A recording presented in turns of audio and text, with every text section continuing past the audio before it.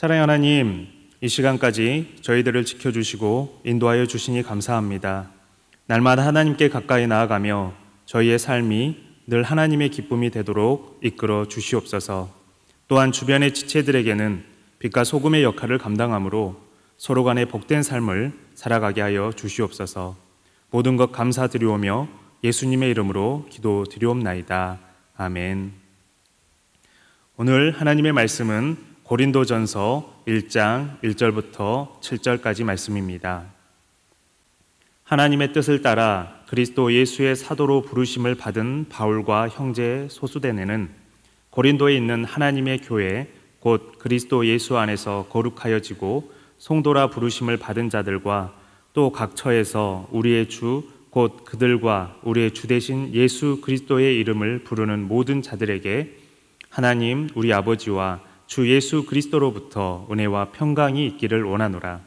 그리스도 예수 안에서 너희에게 주신 하나님의 은혜로 말미암아 내가 너희를 위하여 항상 하나님께 감사하노니 이는 너희가 그 안에서 모든 일 곧 모든 언병과 모든 지식의 풍족함으로 그리스도의 증거가 너희 중에 견고하게 되어 너희가 모든 은사에 부족함이 없이 우리 주 예수 그리스도의 나타나심을 기다림이라. 아멘. 오늘 본문 1절을 보면 하나님의 뜻을 따라라는 말씀이 나옵니다. 이 하나님의 뜻을 따라라는 말은 그리스도에게 매우 중요한 말입니다. 왜냐하면 그리스도에는 자신의 뜻이 아닌 하나님의 뜻을 따라 사는 사람이기 때문에 그렇습니다. 그러나 이 하나님의 뜻을 분별한다는 것도 매우 중요한 일입니다. 때론 우리가 이게 과연 하나님의 뜻일까? 아니면 단순히 내 마음일까 하는 생각들을 하게 됩니다. 그렇기 때문에 하나님의 뜻을 분별하는 것이 어려운 듯 보입니다. 그렇다면 어떻게 하나님의 뜻을 분별할 수 있을까요? 먼저 오늘 본문뿐 아니라 사도 바울이 기록한 글들을 보면 한 가지 발견할 수 있는 것은 하나님의 뜻을 굉장히 강조하고 있다는 것입니다. 당연한 것이겠지만 왜 이렇게 더욱 강조하겠습니까? 이는 예전 사도 바울의 삶을 전반적으로 살펴보면 알 수가 있습니다. 그는 하나님의 뜻이 아님에도 이것이 바로 하나님의 뜻이다라고 하면서 열심히 행할 때가 있습니다. 얼마나 열심히 행했는지 모릅니다. 아마 주변에 이렇게 열심히 하나님 섬기면서 살아가는 사람 없을 거다. 그런 말도 들었을 줄 모릅니다. 그러나 그가 얼마나 열심히 살았다 한들 그의 삶은 하나님의 뜻에는 맞지 않았습니다. 그런 가운데 다메섹 도상에서 예수님을 만나고 그제서야 진정한 하나님의 뜻을 알게 됩니다. 모르긴 몰라도 엄청난 충격이었을 것입니다. 이런 일이 있었기 때문에 그의 삶은 하나님의 뜻이라는 정확한 기준점을 가지고 전과 후의 삶이 제대로 달라진 것입니다. 하나님의 뜻을 제대로 알고 난 이후에 삶이 그에게는 참으로 복된 발걸음이 되었습니다. 그리고 그의 삶으로 인하여 주변 이웃과 사회, 나라가 복되어져 갑니다. 길이요, 진리요, 생명이신 예수님을 전했기 때문입니다. 따라서 하나님의 뜻대로 살아가는 것이 삶의 가장 복된 일인 것입니다. 물론 그의 여정이 결코 만만치 않습니다. 우리 누구나 살다 보면 무수한 일을 경험하지만 바울같이 험난한 일을 경험한 사람 좀 드물 것입니다. 그럼에도 결국 그의 삶이 복되다고 말할 수 있는 이유는 그의 삶의 여정이 하나님의 뜻에 합당하였기 때문입니다. 우리네 삶도 얼마나 많은 일을 겪어왔고 또 얼마나 많은 일들이 있을 줄 모릅니다. 코로나 사태가 우리의 삶을 이렇게 바꿔놓을 줄은 상상도 못했던 일이기도 합니다. 이런 여러 다양한 일 속에서도 우리의 삶이 복되어지기 위해서는 진정한 하나님의 뜻대로 살아가야 하는 것입니다. 이럴 때야 비로소 온전히 우리가 하나님의 기쁨이 되는 것입니다. 우리 모두 하나님의 뜻을 따라 살아가며 하나님의 기쁨이 되는 한 분 한 분 삶이 되시기를 바랍니다. 이어서 사도 바울의 모습 한 가지를 살펴보겠습니다. 사도 바울의 사회적 위치나 지식 등을 보면 충분히 주위 사람들에게 자신을 드러내도 되는 사람이었습니다. 또 그렇게 자기를 나타낼 때도 있었습니다. 하지만 이는 궁극적으로 하나님의 뜻을 역설적으로 보여주기 위함이었습니다. 근본적으로 자기 지식이나 출신 등을 배경 등을 어떻게 보는지는 빌립보서 3장 8절을 보면 알 수가 있습니다. 그 내용이 무엇이냐면 지금껏 자기의 모든 것을 그리스도를 위하여 다 배설물로 여긴다는 것입니다. 배설물로 여긴다는 것이 무엇입니까? 단 하나도 아까워하지 않는다는 것입니다. 예전에 이 배설물 가지고 어떤 목사님이 이런 말을 하셨습니다.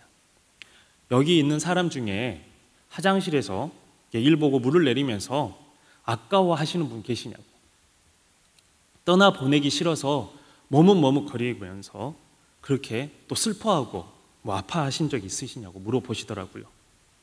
근데 그런 사람이 있을까요? 대부분 없을 것입니다. 배설물이니까. 화장실 물 내릴 때 주저없이 물 내려버릴 것입니다. 이처럼 지금껏 자기가 자기 것으로 자랑해왔던 것을 더 이상 그렇게 생각하지 않는다는 것이 사도 바울의 배설물 고백이라는 것입니다. 그렇다면 한번 생각해 보십시오. 본인이 추구해왔던 것, 쌓아왔던 것 다 배설물로 여길 수 있으신지요? 변기물 내리듯이 아낌없이 번해버려 살아갈 수 있으신가요? 정말 쉽지 않습니다. 근데 이런 것을 몸소 깨닫던 분의 이야기를 이제 글로 만났습니다. 어떤 신앙인 한 분이 퇴근길에 겪은 이야기입니다. 밤늦게 퇴근하는 길에 집 근처에 도달하니까 주변에 소방차 한 대가 지나가더랍니다. 우리도 가끔 소방차가 도로에서 경적을 울리면서 지나가면 어디서 불이 났나 그런 생각을 하지 않습니까? 이처럼 그분도 어디서 불이 났나 보다 하고 생각을 하시면서 집에 더 가까이 가셨답니다. 그렇게 집 근처 골목에 들어서는데 이제는 소방차 3대가 나오는 것을 보게 되니까 이게 집 근처에서 어디서 큰 불이 났나 보다라고 생각하시면서 골목으로 들어갔습니다. 그런데 본인 집 앞에 도착하는 순간 정말 깜짝 놀랐습니다. 왜냐하면 그 불이 난 곳이 자기 집이었던 것입니다. 근데 이게 정말 생각해보면 정말 아찔하고 암담한 경험이었을 것입니다. 여러분들 중에는 집이 불타서 이렇게 소방차가 오고 그런 적이 있으신지 모르겠습니다. 아마 그런 일을 대부분 쉽게 겪지는 않았을 것입니다. 정말 암담할 것 같습니다. 그런 일이 일어난다고 생각하면. 그런데 그분도 그러지 않았겠습니까? 정말 그 암담함은 이루 말할 수 없을 것입니다. 나중에 알고 보니까 그 불이 난 이유가 그 다음 날이 딸의 결혼식이었는데 그 아내가 패백용 음식을 준비하시면서 이렇게 부엌에서 일을 하던 중에 눈 깜짝할 사이에 튀김용 기름에 이렇게 가스 불이 옮기면서 화재가 시작되었다고 합니다. 순식간에 다 타버렸는데 그분이 평생 애써 모으고 쌓아왔던 것들이 단 15분 만에 손두리째 사라졌다고, 그리고 그 잿더미 속에 건진 것이 없다고 말씀을 하는 것을 글로만 봤습니다. 다행히 또 가족들의 생명은 무사했다고 합니다. 근데 그처럼 큰 재난을 당하고 보니 지금껏 가지고 있었던 그 무엇보다도 생명이 소중하다라는 것을 글로 읽었습니다. 자기가 가진 모든 것이 사라진 순간, 의도치 않게 그 모든 것을 배설물같이 보내버린 순간, 그 순간에 깨닫는 것을 보니까 생명이 그 무엇보다도 소중하다는 것입니다. 그럼 사람의 생명에 대해서 하나님은 어떻게 생각할까요? 성경에 기록된 내용들을 보면 하나님의 뜻을 통해 또 이렇게 살펴보면 결론적으로도 하나님은 사람을 그리고 사람의 생명을 사랑하신다는 것입니다. 그래서 하나님께 돌아오는 사람의 고백 역시 하나님을 사랑합니다라는 고백이 나옵니다. 모든 생명이 소중하지만 사랑하는 사람의 생명 얼마나 소중합니까? 천하를 준다 해도 맞바꾸지 않습니다. 천하를 줄 수 있는 것이, 만약 천하를 줘서 생명과 바꿀 수 있다면 천하도 줄 수 있을 것입니다. 그것이 바로 참된 사랑의 모습이옵니다. 인간의 그런 부족한 사람도 그러한데 하나님이 완전하신 사랑은 어떠할까요? 하나님의 사랑은 우리를 위해 생명을 내 던진 것과 같습니다. 죽을 수밖에 없는 죄인을 예수님의 십자가의 피로 대속해 주지 않으셨습니까? 그러므로 사람을 생명에 살리고자 하는 그것이 바로 하나님의 뜻인 것입니다. 그래서 예수님도 사람이 안식일 때문에 있는 것이 아니고 안식일이 사람 때문에 있다고 말씀하셨습니다. 따라서 우리가 이게 자신의 마음인지 아니면 하나님의 뜻인지 분별할 수 있는 중요한 잣대가 하나가 있습니다. 바로 소중한 생명을 살리느냐에 있다는 것입니다. 만약 자신의 생각과 뜻이 하나님의 뜻이다라고 주장하지만 그 뜻대로 살아가니까 그 주변이 아프고 사회를 힘들게 하고 나라를 어렵게 한다면 그것은 하나님의 뜻이 아닐 것입니다. 하나님의 뜻대로 살다 보면 주변 사람을 살리고 사회와 나라에 선한 영향력으로 사람을 아끼고 섬기며 헌신하는 것입니다. 그렇게 하나님의 뜻을 쫓아 살면 어떤 일이 생기는 것입니까? 사도 바울은 3절에 이렇게 알려주고 있습니다. 3절 한번 같이 봉독해 보겠습니다. 3절입니다. 하나님 우리 아버지와 주 예수 그리스도로부터 은혜와 평강이 있기를 원하노라. 하나님의 뜻을 쫓아 살아가는 사람은 은혜와 평강이 있는 것입니다. 다시 말씀드리면 사람의 생명을 진심으로 살리는 사람, 정말 도움이 필요한 사람에게 그 도움을 손길을 내미는 사람, 그렇게 하나님의 뜻을 쫓아 살아가는 사람에게 은혜와 평강이 함께 한다는 것입니다. 한 가지 한번 생각해 보십시오.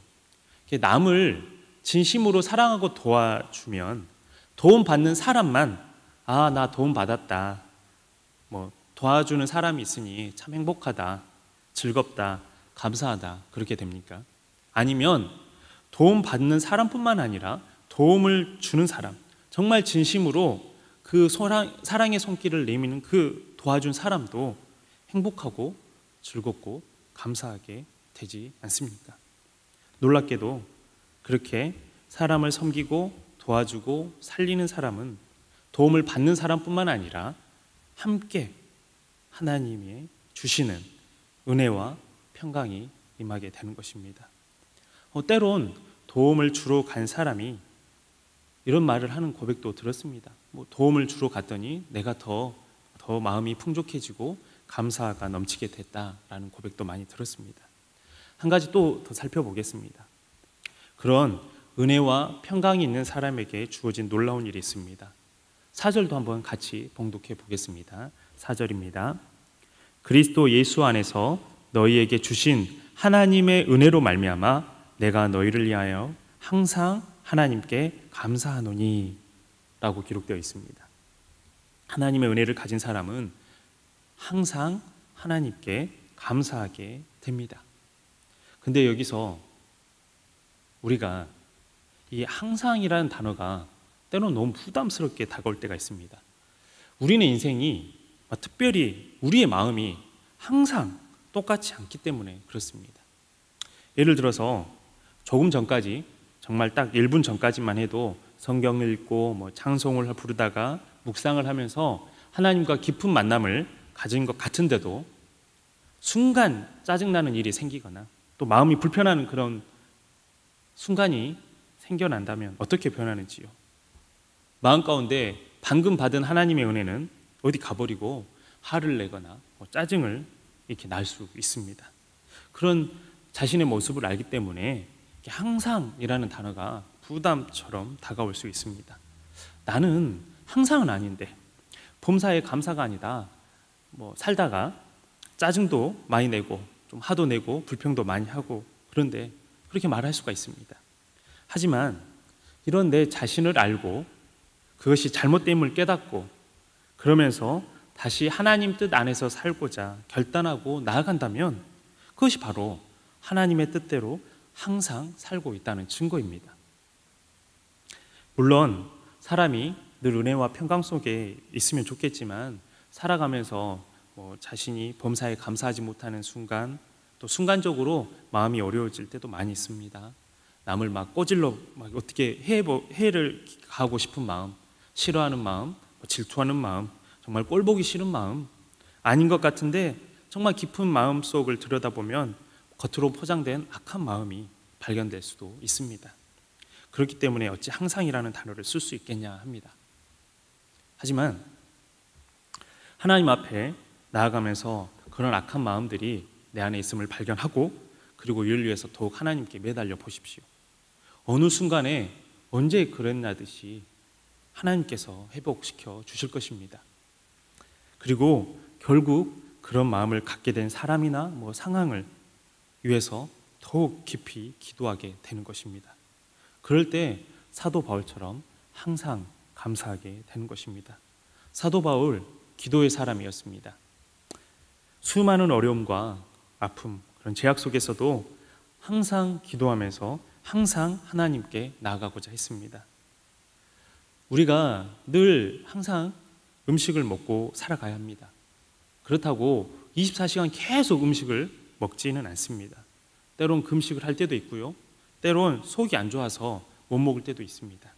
하지만 사람은 살면서 항상 음식물을 섭취해야만 살아갈 수 있는 존재입니다. 여기서 항상과 같은 이런 항상의 의미입니다. 때론 그러지 못하고 살아도 때론 전혀 하나님과 무관하게 살아오는 것 같이 걸어오다가도 이래서는 안 되지.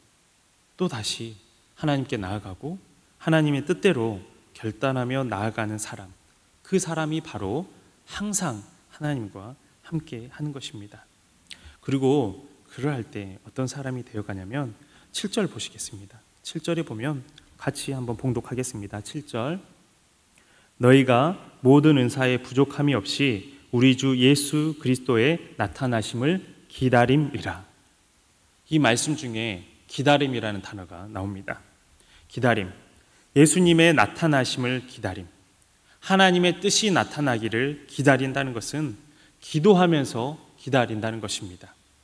기다리지 않고 기도하지 않으면 조급함의 사람이 됩니다. 안절부절 못하고 자기의 뜻, 생각을 실행하기 위해서 아무 수단과 방법을 사용하려고 합니다. 그러나 기도의 사람은 기다릴 줄 압니다. 또 기다리다 보니 기다리면서 기도하게 됩니다. 성경 속의 인물을 봐보십시오. 기도하는 사람은 기다리는 사람이 되어가는 것을 봅니다. 기다리면서 기도로 나아갑니다.